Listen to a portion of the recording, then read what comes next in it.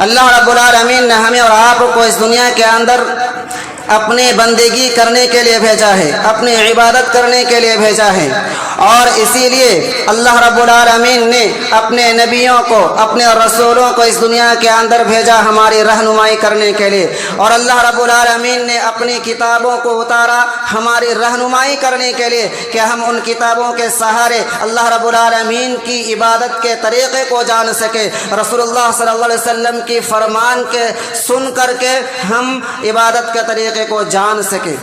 معزز سامعین کرام، اب ہمیں اور آپ کو اللہ رب العالمین کا عبادت کا طریقہ کیسے معلوم ہوگا؟ عبادت کا طریقہ ہم کیسے معلوم کر سکیں؟ نبی اکرم صلی اللہ علیہ وسلم کو جو اللہ رب العالمین نے پورے دنیا کے لیے رحمت للعالمین بنا کر کے بھیجا ہے، انہوں نے جو ہمیں اور آپ کو پیغام دیا ہے، اس پیغام کو ہم کہاں سے حاصل کریں؟ اس کی تو کوئی خاص جگہ ہونی چاہیے، کیونکہ ہم اور آپ جہاں تہاں رسول اللہ صلی اللہ علیہ وسلم کی بات حاصل نہیں کر سکتے اور نہ ہی حاصل ہوتی ہے، اس لیے اس کی کوئی خاص جگہ ہونی چاہیے، کیونکہ رسول اللہ صلی اللہ علیہ وسلم کا پیغام، رسول اللہ صلی اللہ علیہ وسلم نے جو ہمیں اور آپ کو پیغام دیا ہے، یہ پیغام بالکل آخری پیغام ہے اور آخری فائنل یہ میسج ہے ہمارے آپ کے لیے، اور رہتی دنیا تک کے لیے پیغام رہے گی، یہ پیغام ختم ہونے والی نہیں ہے۔ ظاہر سی بات ہے اس پیغام کو حاصل کرنے کے لیے کوئی جگہ تو ہونی چاہیے، اور اس پیغام کو حاصل کرنے کے لیے ایک جگہ ہے جس جگہ کو ہم اور آپ نام دیتے ہیں مدرسہ کا، جس جگہ کو ہم اور آپ نام دیتے ہیں مکتب کا، مکتب ہی سے ہم اور آپ رسول اللہ صلی اللہ علیہ وسلم کی تعلیم کو حاصل کرتے ہیں، مدارس سے ہی ہم اور آپ رسول اللہ صلی اللہ علیہ وسلم کی تعلیمات کو حاصل کرتے ہیں، قرآن کو سیکھتے اور سکھاتے ہیں۔ اس کی بنیاد کہاں سے ڈالی گئی؟ مدرسہ کا نام کہاں سے واقع ہوا؟ آئیے ہم آج سے 1400 سال پہلے چلتے ہیں۔ رسول اللہ صلی اللہ علیہ وسلم کو جب نبی بنایا گیا، رسول اللہ صلی اللہ علیہ وسلم کو جب نبوت ملی اور یہ حکم ہوا کہ آپ اپنے امت کے لوگوں کو توحید کی طرف بلائیے، آپ لوگوں کو توحید کی طرف دعوت دیجیے، شروع اسلام میں کچھ لوگ ہی داخل ہوئے تھے، حضرت ابوبکر رضی اللہ تعالیٰ عنہ، اسی طرح سے حضرت علی رضی اللہ تعالیٰ عنہ ہوئی اسلام کے اندر داخل ہوئے تھے، لیکن اس دور میں اسلام کو پھیلانے کے لیے پوری کھلی چھوٹ نہیں تھی جو اسلام کی دعوت دے سکے، کیونکہ مسلمانوں کی تعداد بہت کم تھی، اور کم تعداد ہونے کی وجہ سے رسول اللہ صلی اللہ علیہ وسلم کھلے عام اسلام کی دعوت نہیں دے سکتے تھے۔ اس زمانے میں، اس دور میں ارقم بن ابی الارقم، انہوں نے بھی اسلام قبول کیا تھا رسول اللہ صلی اللہ علیہ وسلم کی دعوت دینے پر۔ ان کے بارے میں آتا ہے کہ یہ 7ویں نمبر پہ اسلام قبول کیا تھا، یعنی پہلے دور میں جب شروع میں اسلام لوگ لا رہے تھے تو یہ 7ویں نمبر پہ تھے ارقم بن ابی الارقم، انہوں نے اسلام قبول کیا تھا۔ انہوں نے کیا کیا؟ اللہ کے رسول صلی اللہ علیہ وسلم کے بلانے پر جب یہ موحد بن گئے، توحید کو قبول کر لیا، توحید کی باتوں پر آ گئے، اللہ کے راستے پر جب انہوں نے آ گیا تو انہوں نے کیا کیا؟ یہ اپنے گھر کو رسول اللہ صلی اللہ علیہ وسلم کے لیے وقف کر دیا۔ اللہ کے رسول صلی اللہ علیہ وسلم، یہ میرا چھوٹا سا گھر ہے، دار ارقم ہے، اس دار ارقم میں آپ اپنے اس صحابہ کو جو صحابہ اسلام لے آئے ہیں، نئے اسلام قبول کیے ہیں، جنہیں توحید کے بارے میں نہیں معلوم، جنہیں سنت کے بارے میں نہیں معلوم، جسے رسالت کے بارے میں نہیں معلوم، انہیں آپ اس توحید کے بارے میں بتائیے، اس دار ارقم سے آپ انہیں تعلیم دیجئے، انہیں موحد کی تعلیم دیجئے، انہیں اللہ رب العالمین کی معرفت دیجئے۔ ہم اپنے گھر کو آپ کے حوالے کرتے ہیں، اور اسے دار ارقم سے اللہ رب العالمین نے صحابہ کرام کو سنت کی تعلیم دی، قرآن کی تعلیم دی، انہیں توحید کی تعلیم دی، اللہ رب العالمین کی طرف ان لوگوں کو بلایا۔ کچھ صحابہ، چند ہی صحابہ تھے، غالباً 38 صحابہ اس وقت دار ارقم میں جمع ہوئے۔ اللہ کے رسول صلی اللہ علیہ وسلم اسی دار ارقم میں صحابہ کرام کو توحید کی بات بتا رہے تھے، سنت کی بات بتا رہے تھے۔ اتفاق سے دیکھتے ہیں کہ عمر فاروق رضی اللہ تعالیٰ عنہ داخل ہو گئے۔ صحابہ کرام ڈر گئے کہ کہیں ہمارا خاتمہ نہ کر دے، کہیں عمر فاروق، کیونکہ عمر فاروق ابھی اسلام قبول نہیں کیے تھے۔ صحابہ کرام ڈر گئے۔ اللہ کے رسول صلی اللہ علیہ وسلم نے کہا ڈرنے کی ضرورت نہیں ہے، انہیں آنے دو، ہمارے درمیان عمر فاروق رضی اللہ تعالیٰ عنہ اس مجلس کے اندر گئے اور اللہ کے رسول صلی اللہ علیہ وسلم کو کہا اے اللہ کے رسول میں نے آپ کے بارے میں بہت برا خیال رکھتا تھا، لیکن جب میں یہاں آیا تو معاملہ کچھ اور دیکھا، اے اللہ کے رسول مجھے توحید کی تعلیم سے آراستہ کر دیجئے۔ اللہ اکبر۔ اسی دار ارقم میں عمر فاروق رضی اللہ تعالیٰ عنہ اللہ رب العالمین کی دعوت کو قبول کرتے ہیں، رسول اللہ صلی اللہ علیہ وسلم کو اللہ کا نبی مانتے ہیں اور یہ کہتے ہیں اے اللہ کے نبی میں کلمہ توحید سے مستفیض ہو گیا ہوں، میں لا الہ الا اللہ کو پڑھ لیا ہوں، اب آپ کو اس دار ارقم میں چھپ کر کے توحید کی دعوت نہیں دینی، آپ کو توحید کی باتیں نہیں بتلانی، آپ کھلے عام توحید کی دعوت دیجیے، آپ کھلے عام اللہ رب العالمین کی طرف بلائیے، کوئی روکنے والا نہیں ہوگا، اگر روکے گا تو میں ان کا مقابلہ کروں گا، میں عمر فاروق ان کا مقابلہ کروں گا۔ اللہ رب العالمین اللہ کے رسول صلی اللہ علیہ وسلم نے عمر فاروق کی بات کو سن کر کے دعوت کو کھلے عام کر دیا۔ یہ وہی مدرسہ تھا جس مدرسے سے صحابہ کرام اللہ رب العالمین کی دعوت کو پھیلانا شروع کیا۔ یہ پہلا مدرسہ ہے جہاں سے علم کی دولت پھیلنا شروع ہوا، علم کی روشنی پھیلنا شروع ہوئی۔ اس کے بعد مدینہ منورہ سے مدینہ مسجد نبوی سے سٹا ہوا ایک صفہ ہے، اس صفہ کے نام چبوترا، اسی کو کیا کہتے ہیں؟ صفہ کہتے ہیں۔ اس صفہ کے اندر چند صحابہ تعلیم حاصل کرتے تھے، چند صحابہ رہ کر کے علم حاصل کرتے تھے۔ اس چبوترے کو بھی مدرسہ کا نام دیا گیا ہے۔ کیوں معلوم ہے؟ حضرت ابو ہریرہ رضی اللہ تعالیٰ عنہ کہتے ہیں کہ جب صحابہ کرام ہمارے دور میں کچھ صحابہ ایسے تھے جن کے پاس کھانے پینے کا کچھ کپڑا نہیں تھا، وہ لوگ مسجد نبوی سے جو سٹا ہوا ایک چبوترا تھا اس چبوترے کے اندر آ کر کے علم حاصل کرتے تھے۔ اس چبوترے میں آ کر کے رسول اللہ صلی اللہ علیہ وسلم جو تعلیم دیتے تھے، قرآن کی بات بتلاتے تھے، شرک اور بدعات کے بارے میں جو بات بتلاتے تھے، شرک سے روکتے تھے، ان باتوں کو ہم اور آپ سیکھتے تھے۔ یہ ابو ہریرہ رضی اللہ تعالیٰ عنہ کہہ رہے ہیں، اور یہ دوسرا ادارہ ہے، دوسرا مدرسہ ہے جہاں سے علم کی روشنی پھیلی، جہاں سے علماء کرام نکلے۔ ابو ہریرہ رضی اللہ تعالیٰ عنہ کہتے ہیں کہ میں نے رأیت 70 من اصحاب الصفہ، جب ہمارا دور تھا، جب ہم رسول اللہ صلی اللہ علیہ وسلم کے موجودگی میں علم حاصل کر رہے تھے، اس وقت 70 صحابہ موجود تھے، اس سے کہیں زیادہ ہوگا، لیکن ابو ہریرہ رضی اللہ تعالیٰ عنہ کہتے ہیں کہ میری موجودگی میں 70 صحابہ اللہ کے رسول صلی اللہ علیہ وسلم سے علم حاصل کر رہے تھے۔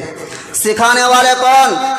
بتلانے والے کون؟ معلم رسول اللہ صلی اللہ علیہ وسلم۔ اللہ کے رسول صلی اللہ علیہ وسلم فرمایا انما بعثت معلما، میں معلم بنا کر کے بھیجا گیا ہوں، میں معلم بنا کر کے بھیجا گیا ہوں۔ اور متعلم کون؟ رسول اللہ صلی اللہ علیہ وسلم کے نوجوان، رسول اللہ صلی اللہ علیہ وسلم کے اصحاب، یہ متعلم ہیں۔ اور علم حاصل کہاں کر رہے ہیں؟ یہ مدینہ منورہ سے سٹا ہوا جو ایک چبوترا ہے جسے صفہ کے نام سے جانا جاتا ہے، وہاں وہ علم حاصل کر رہے ہیں اور وہیں سے یہ علم پھیلا ہے۔ اب رہی بات کہ ان مدارس کا ابھی کا کیا ضرورت ہے؟ ان مدارس کی ضرورت ہے۔ اگر یہ مدارس دینیہ ختم ہو گیا، آپ یقین مانیے کہ ہمارے لیے ایک بہت ہی ناگہانی آفت آ جائے گی۔ ہم کو امام و خطیب ملنے والا نہیں ہے۔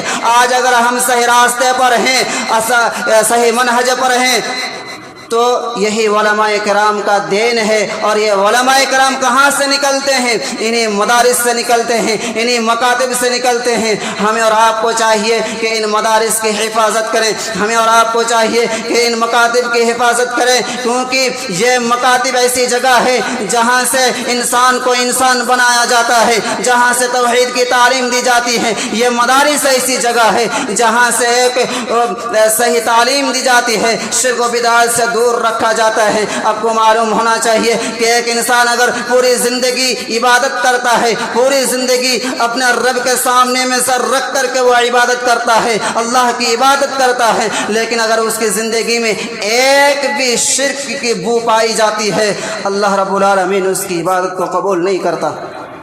جیسے کہ اللہ رب العالمین نے فرمایا ان اللہ لا یغفر ان یشرک بہ ویغفر ما دون ذلک لمن یشاء، کہ کہ اللہ رب العالمین شرک کے علاوہ تمام گناہوں کو معاف کر دے گا، بخش دے گا، لیکن شرک کے گناہوں کو اللہ تعالیٰ بخشتا نہیں ہے، معاف نہیں کرتا۔ لیکن شرک سے بچے کیسے؟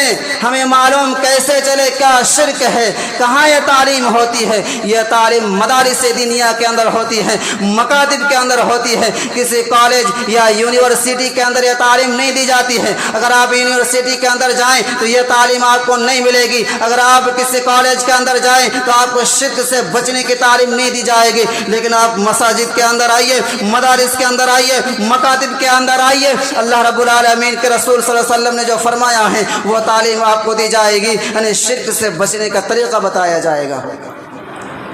اس میں کوئی شک نہیں ہے کہ مسجد اللہ رب العالمین کا گھر ہے، اس میں کوئی دو رائے نہیں ہے، مسجد اللہ رب العالمین کا گھر ہے۔ لیکن اسی کے بعد مدارس اور مکاتب کا بھی نمبر آتا ہے، مکاتب اور مدارس رسول اللہ صلی اللہ علیہ وسلم کا بھی گھر ہے، کیونکہ اسی مدارس اور مکاتب میں ہمیں اور آپ کو نماز پڑھنے کا طریقہ بتایا جاتا ہے، اسی مساجد اور مکاتب کے اندر، مدارس کے اندر ہمیں رب سے عبادت کرنے کا طریقہ بتایا جاتا ہے کہ ہم رب کے سامنے کیسے جھکیں، اللہ سے ہم کیسے مانگیں، اللہ کو ہم کیسے منائیں، یہ طریقہ ہمیں مدارس اور مکاتب کے اندر بتایا جاتا ہے، معلوم ہے؟ اور اسی مکاتب و مدارس کے اندر ہمیں بہت کچھ دیا ہے، جیسے کہ آپ دیکھیں علامہ ناصر الدین البانی رحمہ اللہ، جن کے حدیثوں کو پڑھ کر کے ہم حکم لگا دیتے ہیں کہ یہ حدیث صحیح ہے، یہ کہاں کے پروڈکٹ ہیں؟ یہ مدارس دینیہ کا ہیں۔ اگر یہ کہہ دے کہ یہ فلاں حدیث صحیح ہے تو اور دوسرے علماء کرام تنقید نہیں کرتے، کہتے صحیح ہے تو صحیح ہے۔ کہاں سے انہوں نے سیکھا؟ اسی دینی مدارس سے سیکھا، اسی مکتب کا دین ہے۔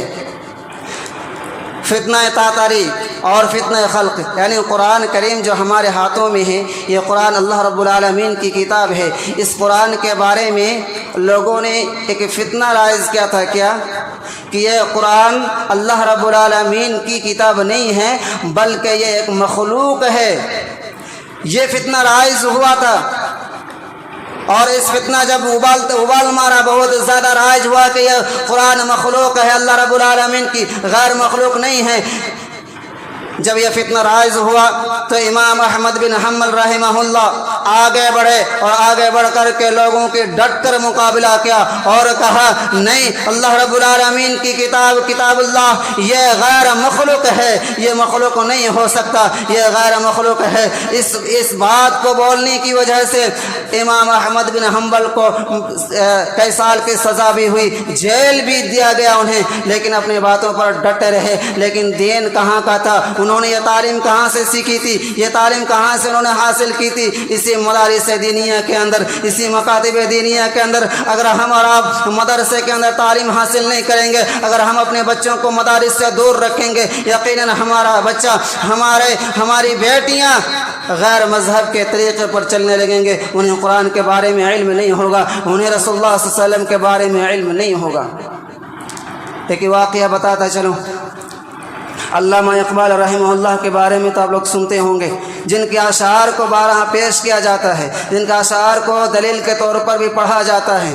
علامہ اقبال رحمہ اللہ کا دور ایک مرتبہ یورپ کا ہوتا ہے، وہ یورپ کا ایک مرتبہ دور کرتا ہے، ہسپانیہ کا دور کرتا ہے، الحمرا کا دور کرتا ہے، اسپین کا دورہ کرتا ہے۔